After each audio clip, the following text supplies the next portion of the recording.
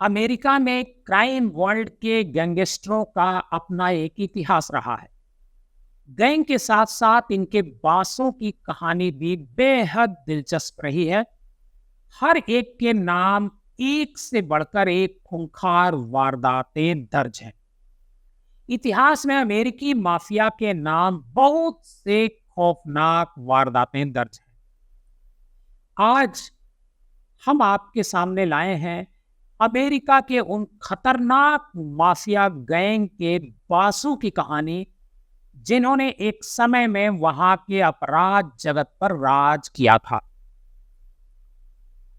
अगर आप हमारे इस चैनल पर नए हैं और पहली बार हमारा ये अपराध का प्रोग्राम देख रहे हैं, तो हमारे इस चैनल को सब्सक्राइब कीजिए और अपराध की इस कहानी को ज्यादा से ज्यादा लोगों को शेयर कीजिए।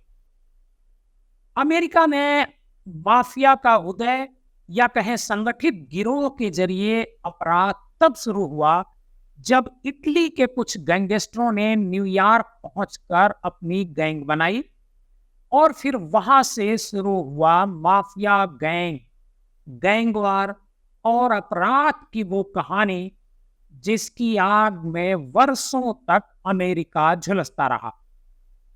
इन गिरोहों का कोई leader bosses of all boss कहलाया, तो किसी को पब्लिक इनामी नंबर 1 कहा गया। इनके खूनी वारदात से शहर हमेशा थर्राता ही रहा था। इनमें पहला नाम है एल्फोंसे गैब्रियल अल कपोन। इसे मुख्य तौर पर अल कपोन के नाम से भी जाना जाता है। न्यूयॉर्क के ब्रुकलिन में जन्मे कपोन 1925 से 1931 के बीच शिकागो का सबसे बड़ा डॉन यानी कि माफिया था। कपोन अपनी जवानी के दिनों में जेम्स स्ट्रीट बॉयज गिरोह में शामिल हो गया था, जहां उसकी मुलाकात जानी टोरियो से होती है। यही जानी बाद में अपराध जगत में उसका गुरु बन जाता है। जॉनी के साथ मिलकर कपोन शिकागो में अब शराब का धंधा करने लगा। इस गैंग का मुख्य काम शराब का ही धंधा था। तब इस काम में काफी पैसा हुआ करता था और प्रतिद्वंदी भी बहुत थे। आए दिन यहाँ गैंगवार में लोगों की मौत होती रहती थी। इन्हीं सबके बीच वो कांड हुआ जिससे कपोन को पब्लिक इनामी नंबर 1 का खिताब मिल गया। कपोन अपने एक प्रतिद्वंदी को मारने के लिए बड़ा खेल खेल गया। इसके गिरोह के आदमी नकली पुलिस बनकर दुश्मन गिरोह में घुस गए और लाइन से खड़ा करके सबको मशीन गन से भून दिया। इन हत्याओं को सेंट वैलेंटाइन दिवस नरसंहार कहा गया। इसके साथ ही इस पर कई और हिंसा के आरोप लगे। बाद में टैक्स चोरी के आरोप में कपोन को सजा हुई। छूट कर जब वो आया तो अपराध की दुनिया में उसकी रुचि थोड़ी कम हुई। गिरते स्वास्थ्य के बीच 1947 में उसकी हार्ट अटैक से मृत्यु हो गई। अमेरिका के दूसरे माफिया का नाम है बस्सी सीगल, जिसकी कहानी हम आपको बता रहे हैं। बस्सी सीगल अपनी स्मार्टनेस और माफिया हिटमैन के तौर पर जाना जाता। इसे एक खूंखार डकैत के तौर पर भी याद किया जाता है, जिसके पास रहम नाम की कोई चीज नहीं थी। ये एक ऐसा माफिया था जिसने आधुनिक बिजनेस में हाथ आजमाया था। सीगल का जन्म 1906 में न्यूयॉर्क शहर में हुआ था। अपराध की शुरुआत तो इसने भी यहीं से की, लेकिन 1936 में सीगल कैलिफोर्निया शिफ्ट हो गया। यहां उसने खुद का अपना एक गैंग बनाया।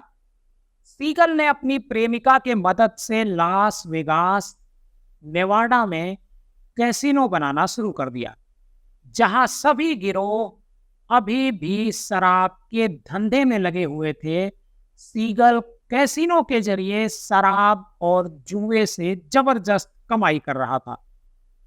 सीगल बहुत ही कम उम्र में काफी ऊंचाई तक पहुंच गया। बस फिर क्या था, साथी गिरोह के लोगों की वो आंखों में खटकने लगा। कई को सीगल धोखा दे चुका था। एक दिन इस हिटमैन को ही मारने की सुपारी दूसरे गिरोह वाले ने दे दी। 42 साल की उम्र में सीगल को तब गोली मार दी गई जब वो अपनी प्रेमिका के घर पर था। अमेरिका के माफियाओं में तीसरा जो बड़ा नाम लिया जाता है वह है लकी लूसियानो। इटली में पैदा हुआ यह शख्स जब अमेरिका के न्यूयॉर्क शहर पहुंचता है तो 5 माफिया परिवारों में एक लूसियानो गैंग की स्थापना करता है, जो बाद में जेनोवेज परिवार के नाम से जाना गया। लसियानो को आधुनिक क्राइम का जनक माना जाता है। अपने तेज दिमाग में से इसने पूरी तरह से संगठित अपराध की शुरुआत की। उस समय इससे शक्तिशाली कोई गैंगस्टर नहीं हुआ करता था। किसी भी वारदात को इसकी जानकारी के बिना अंजाम नहीं दिया जाता था। और यह भी कहा जाता है कि लकी लूसियानो का मुख्य धंधा वेश्यावृत्ति हुआ करता था और इसी धंधे से उसने खूब पैसे कमाए। अमेरिका का एक और अपराधी था जिसे माफिया की कैटेगरी में रखा गया। उसका नाम था सैम जियानकाना। सैम जियानकाना को गैंगस्टरों की दुनिया का लीजेंड कहा जाता है। 1908 में शिकागो में जन्मे सैम 20 साल की उम्र तक आते आते कम से कम 3 मर्डर कर चुका था और 70 बार गिरफ्तार हो चुका था।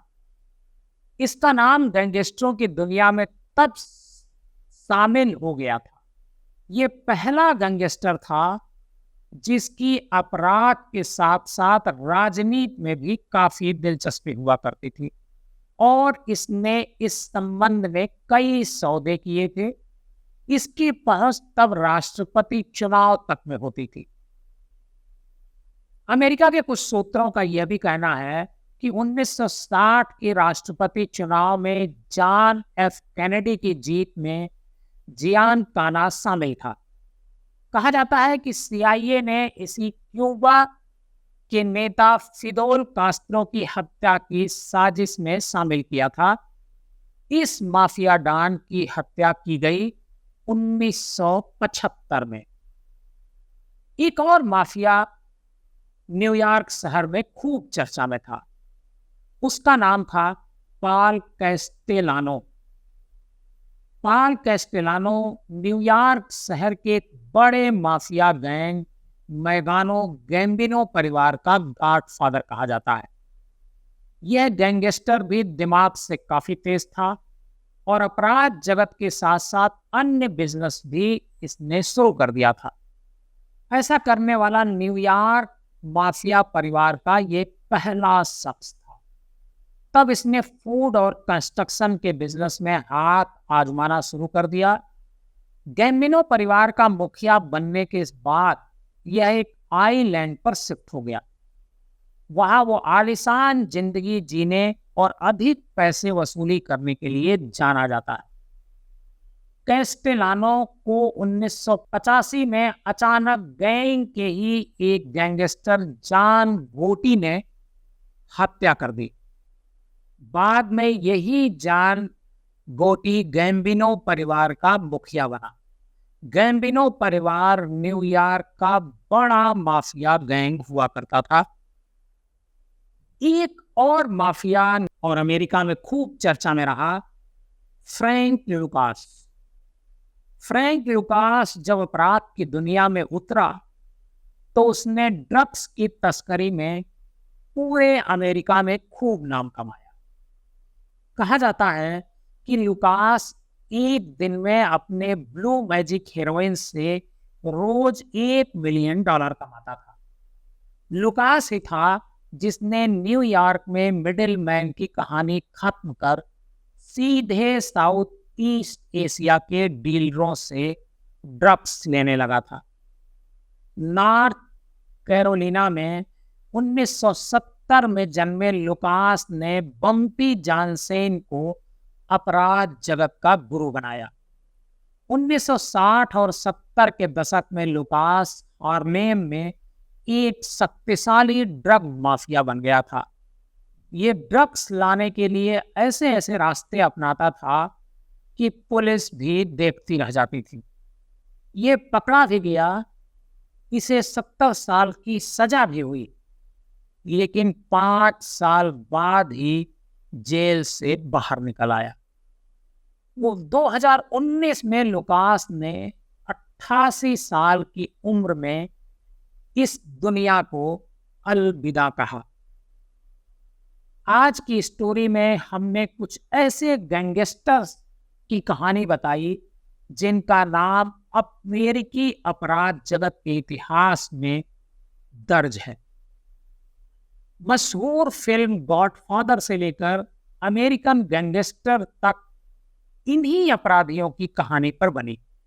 और ये गैंगस्टर भले ही आज की तारीख में इस दुनिया में न हो, लेकिन इनकी खौफनाक वारदातें अमेरिकी लोगों के जेहन में आज भी दर्ज है।